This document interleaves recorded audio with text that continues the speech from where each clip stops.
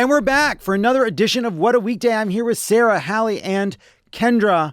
A lot to cover, so let's get into it. What a weekday. After pouring $120 million into Donald Trump's successful re-election campaign, Elon Musk is cashing in on that influence he purchased fair and square. America is Anora, and there are no Russian parents flying in to queer the deal. You see Anora? I haven't gotten there yet. Everybody should see Anora. Everybody should see Anora. It's on the list. Really good. Fun for the whole family? I would not say that. Not the whole family. I would not say that. Musk has been hanging out at Mar-a-Lago nearly every day since the election, with some members of Trump's transition team reportedly seeing Musk as the guest who wouldn't leave. Wouldn't leave? That doesn't sound like him, said Musk's 11 children. I like that joke. I thought that was a good joke. Just hours after the election, Musk joined Trump's phone call with Ukrainian President Volodymyr Zelensky, chiming in multiple times. But hey, somebody's got to make the Rick and Morty references. Said Zelensky, wait, have I been on speaker the whole time? Actually, I think Trump handed him the phone. Yeah, that's what I saw. Here. Oh. Musk's diplomatic efforts didn't end there. Last week, Musk reportedly met with Iran's ambassador to the UN for an hour in a secret location. We have to presume it was an actual secret location and not just one of those annoying bars where the door looks like a refrigerator. Iranian officials said that the two men discussed how to diffuse tensions between Iran and the U.S. After the meeting, Musk immediately got to work on the solution, a child-sized submarine. Remember that? I do remember that. Remember that was the worst thing about Elon Musk? Oh, yeah. Everyone turned on him then. But that was an interesting moment, right? Because it was a kind of collective, what's going on there? Yeah. Wait a second. I thought this was some sort of a business genius. Mm-hmm. What's happening? Why is he doing this? Why is he accusing a random stranger of being a pedophile on the internet? There were clues. The signs were there. Also, we never came out with the child-sized submarine. We're still waiting on that. Where is it? I'm not waiting. Where is that child-sized submarine? Any day now. That he was going to build before they ran out of air. To go into a circuitous maze-like underground tunnel. Couldn't get me to go. No. In underwater caves. Couldn't get me to do it. No, thank you. I choose life. What am I going to find down there? Boy, that was fun. I don't know. If I were ever going to go in an underground cave, now would be the time. Right. There's Is it that. filled with water? Not At this yet. point, who cares? Not yet. Maybe in an hour or so. Not on the way down. Caroline Leavitt, a spokesperson for the Trump transition, said in a statement, the American people re-elected President Trump because they trust him to lead our country and restore peace through strength around the world. When he returns to the White House, he will take the necessary action to do just that. And continued Leavitt, and until then, we're letting Elon get his zoomies out. There was a time when it was looked upon askance and as a federal crime for a private citizen to conduct foreign policy outside of an administration. But those were the old days. Out with the old, in with the new. Hey, if we get her on the show, it can be love it and leave it. It could be love it and leave it if we get Caroline Leavitt, Trump's spokesperson and soon-to-be White House press secretary on the show. Then it would be love it and leave it. A future podcast, perhaps. Something to think about. Trump also tapped Musk to co-lead with Vivek Ramaswamy a new Department of Government Efficiency, or DOGE, which, for those whose brains aren't completely pickled, is an allusion to the dog meme, which became the cryptocurrency meme coin. That's the hard thing about all of this. In addition to being terrifying, it's also cringe. My heart is racing because of what the second Trump term could mean. But also, I'm desperately trying to get out of talking to Trump's second term at a coworker's birthday party.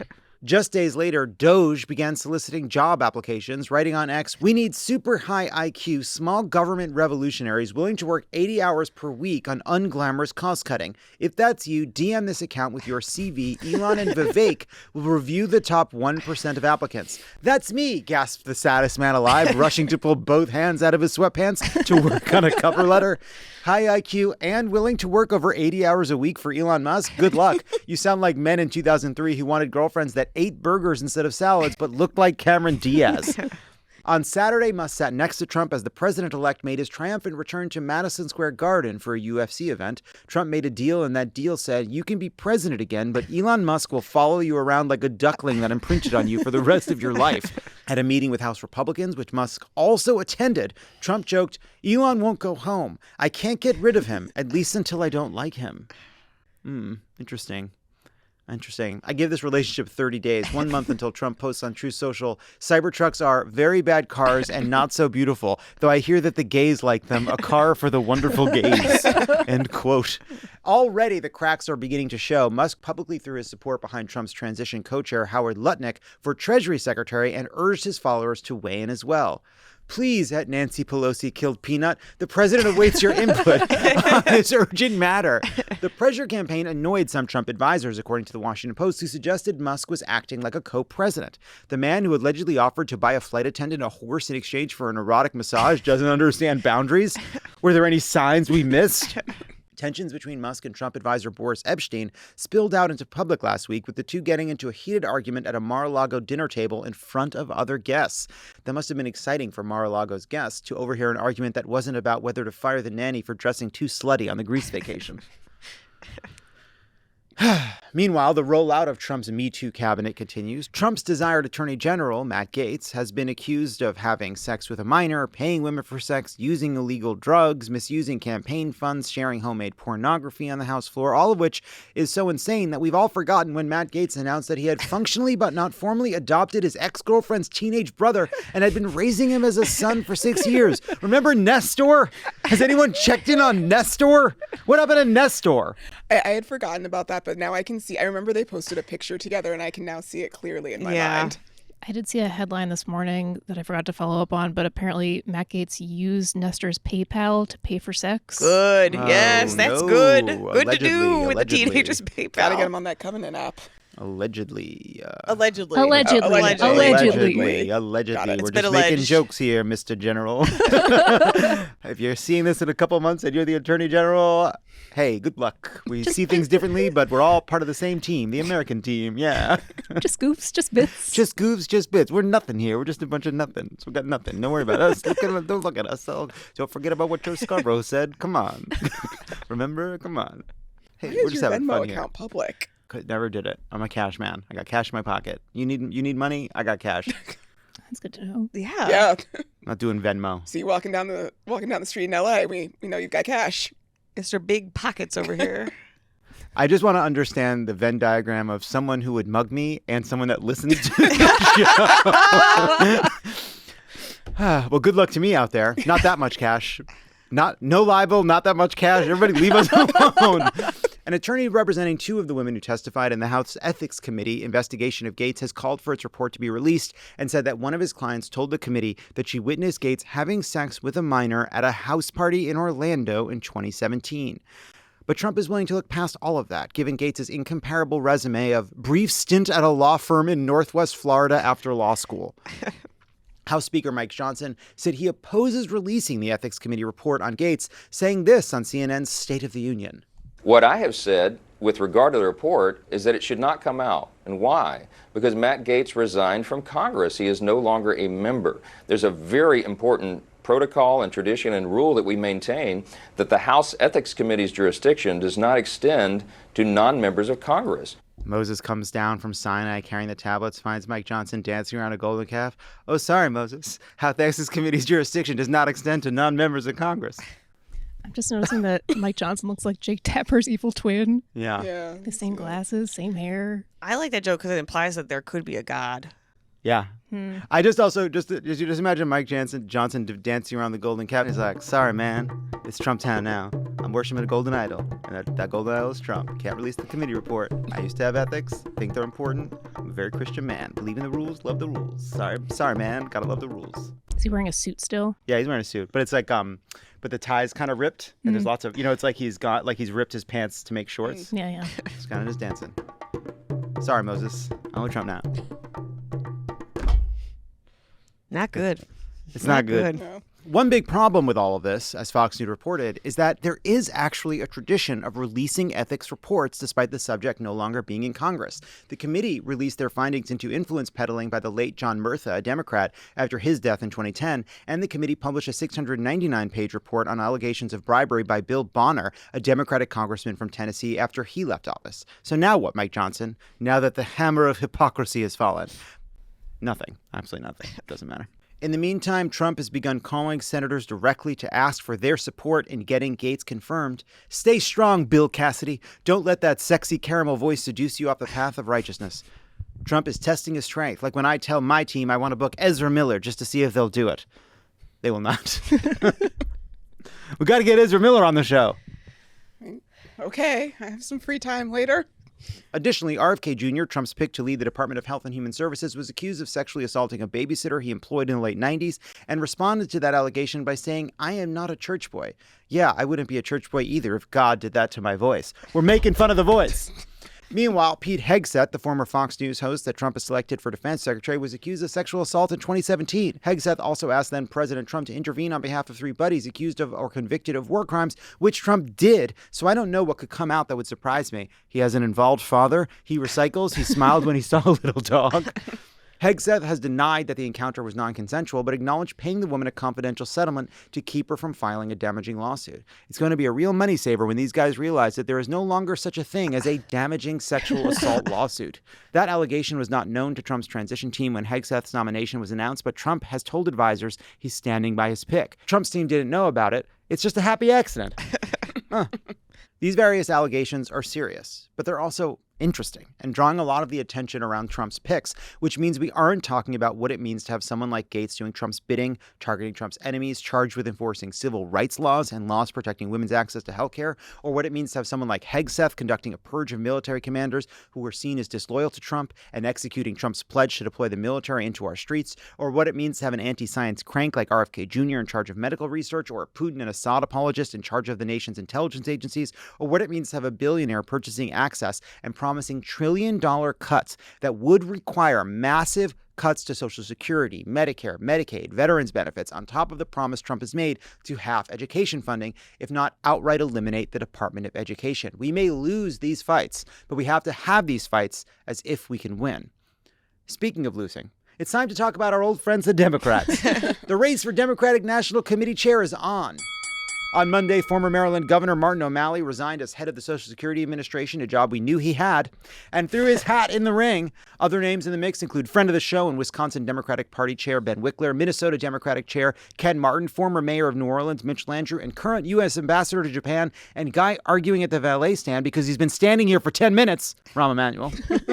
Brewing, of course, is the blame game over the 2024 loss and how the election of this new party chair is a signal about the future of the party. According to Politico, who conducted interviews with over 24 DNC members, centrist Democrats are accusing their more progressive counterparts of being beholden to identity politics, captured by interest groups, and out of touch with large segments of American voters. The progressives are pointing out that Kamala Harris campaigned with Liz Cheney, talked tough on immigration, avoided distancing herself from Biden on Gaza, and threatened to shoot intruders with her own literal gun, all while Americans expressed increasing distrust that Democrats were fighting on their behalf. And now, it's time for Lovett's take.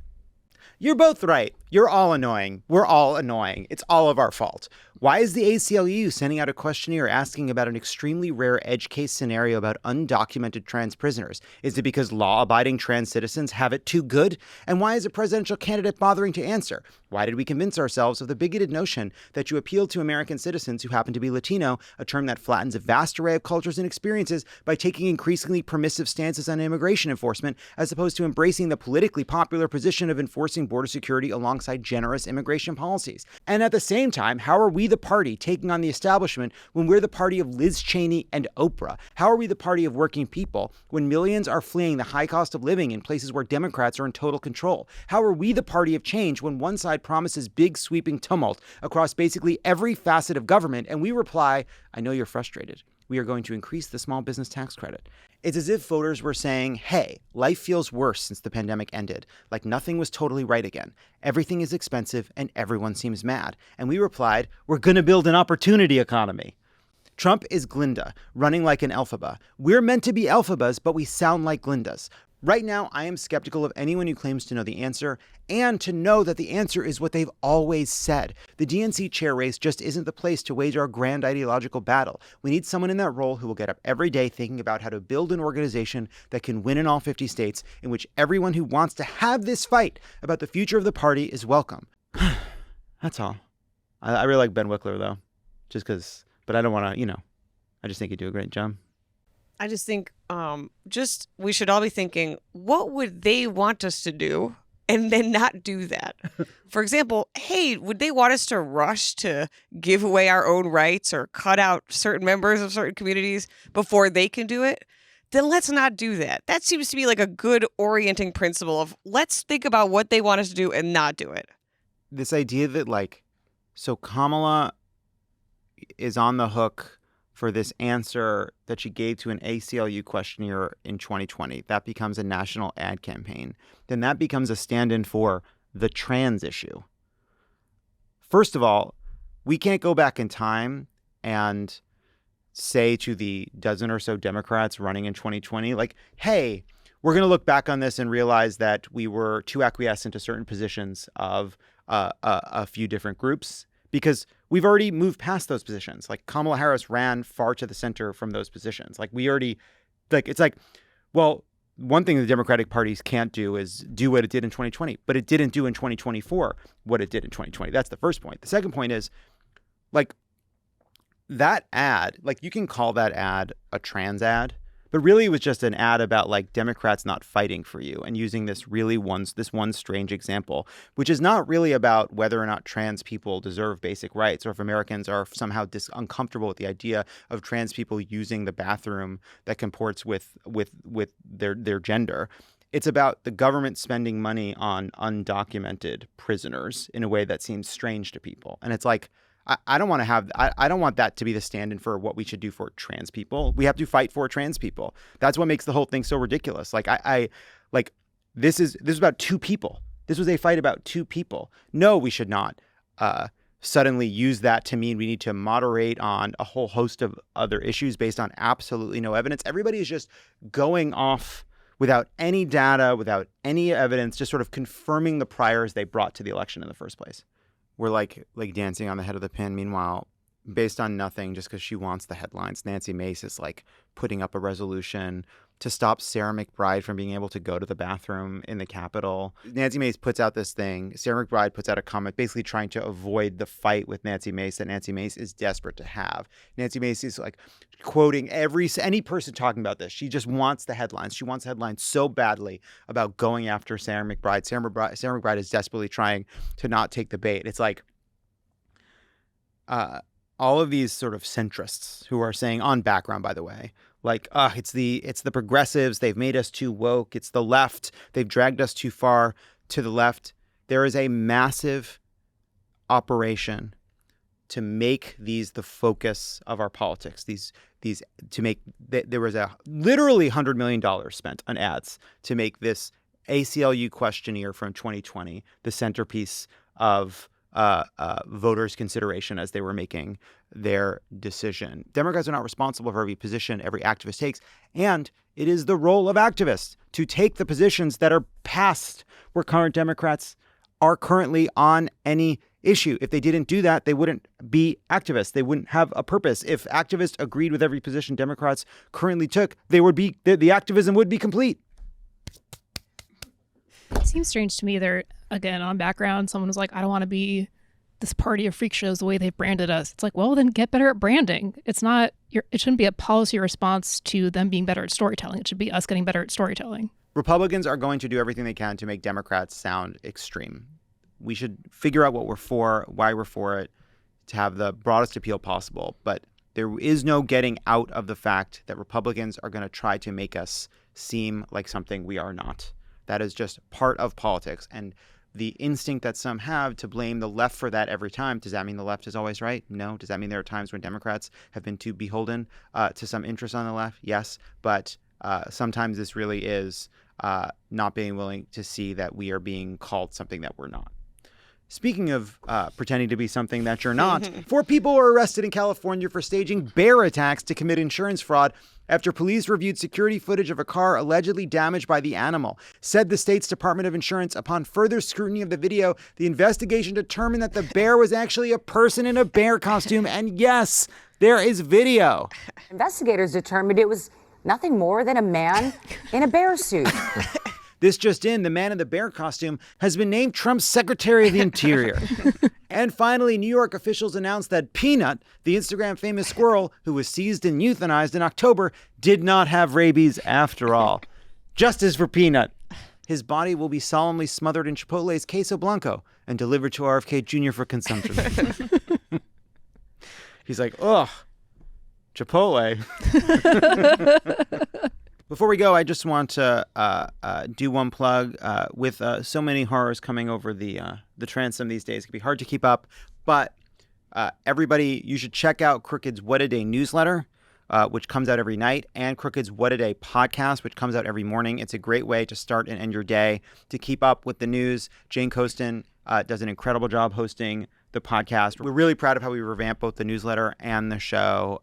If you haven't checked them out in a while, check them out for the first time. Crooked.com/daily. Got to give these other shows a run for their money, you know? And that's what 2025 is all about. That's it from us. Thank you to Kendra, Hallie, and Lazarus. This will be our last What a Weekday before Thanksgiving. So you will have our show Saturday, and then the next show will be the What a Weekday after the break. So see you sluts Saturday, and then again after the holiday. Bye.